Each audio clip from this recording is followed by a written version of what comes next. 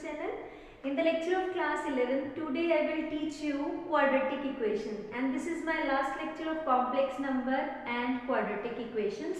So today I will do quadratic equation, quadratic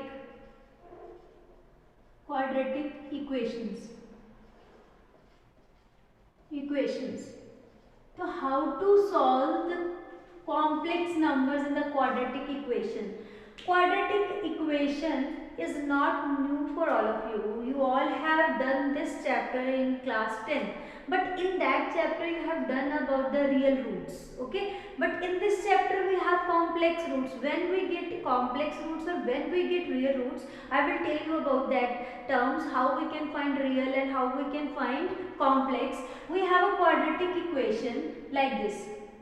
ax square plus bx plus c is equals to 0. This is quadratic equation. Let us suppose this is quadratic equation. Quadratic is always in the form of ax square plus bx plus c. Now we have to find the discriminant. How we can find discriminant? B square minus 4ac. In class 10th your teacher told to all of you that if discriminant is greater than equals to 0, that means equation has real roots, right? Real roots.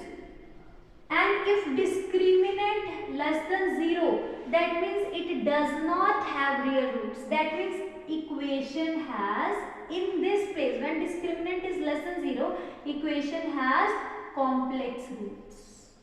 Complex roots. And after finding the discriminant, we can find the value by using the same formula, that is known as quadratic formula, which we have done in class 10. Okay.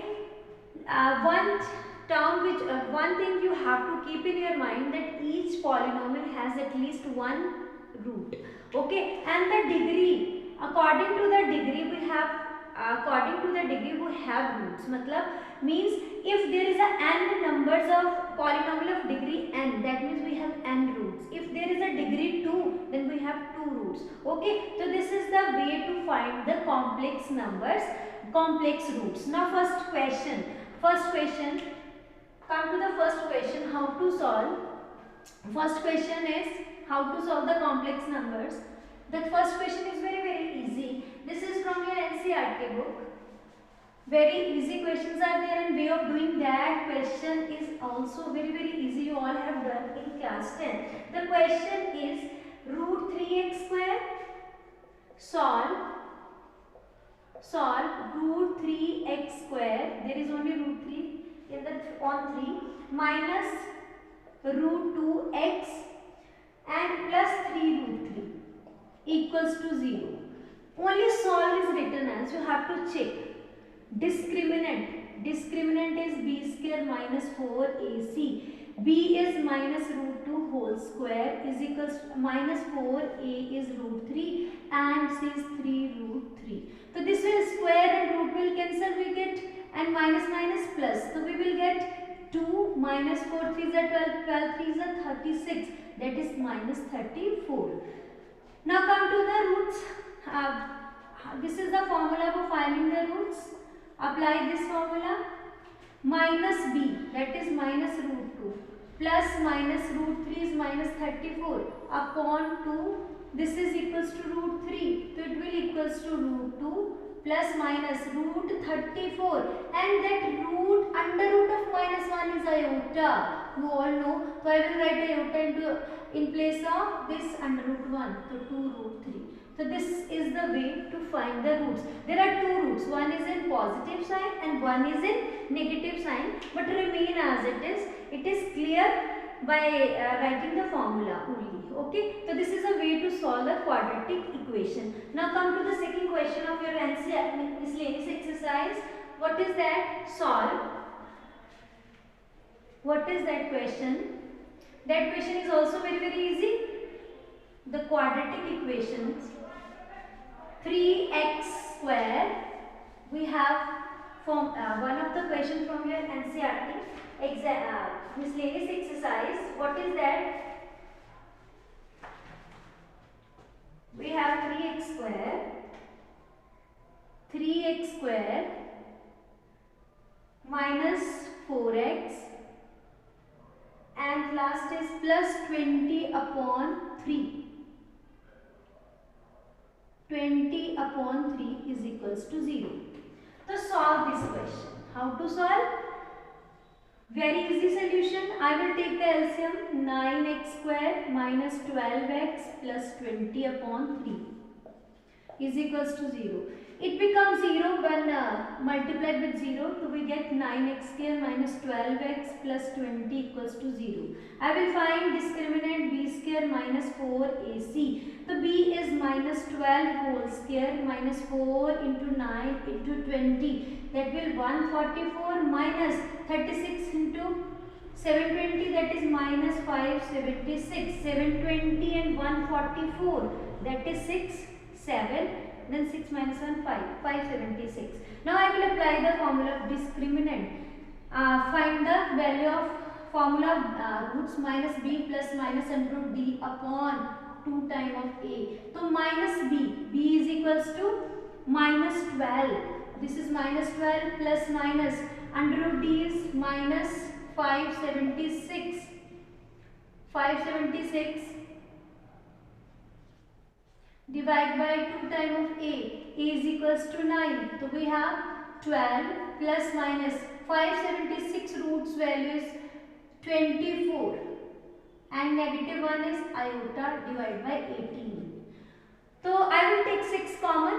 6 2s are 12, 6 4s are and 18. I will cancel this one and we get 2 by 3 plus minus 4 by 3 iota. This is again in the complex form. So this is a way to solve the quadratic equation. These questions are very easy. Now one question is different from this question, that is not easy for every student. So I will do that question. Question is I will solve that question basis or that is based on the complex numbers. Based on complex number. What is that question? Question is very easy. Find the value of theta when the given term is purely real. So we have one question. What is that question? Find real theta. Find real theta such that question is 3 plus 2 iota sine theta divided by 8 1 minus 2 iota sine theta.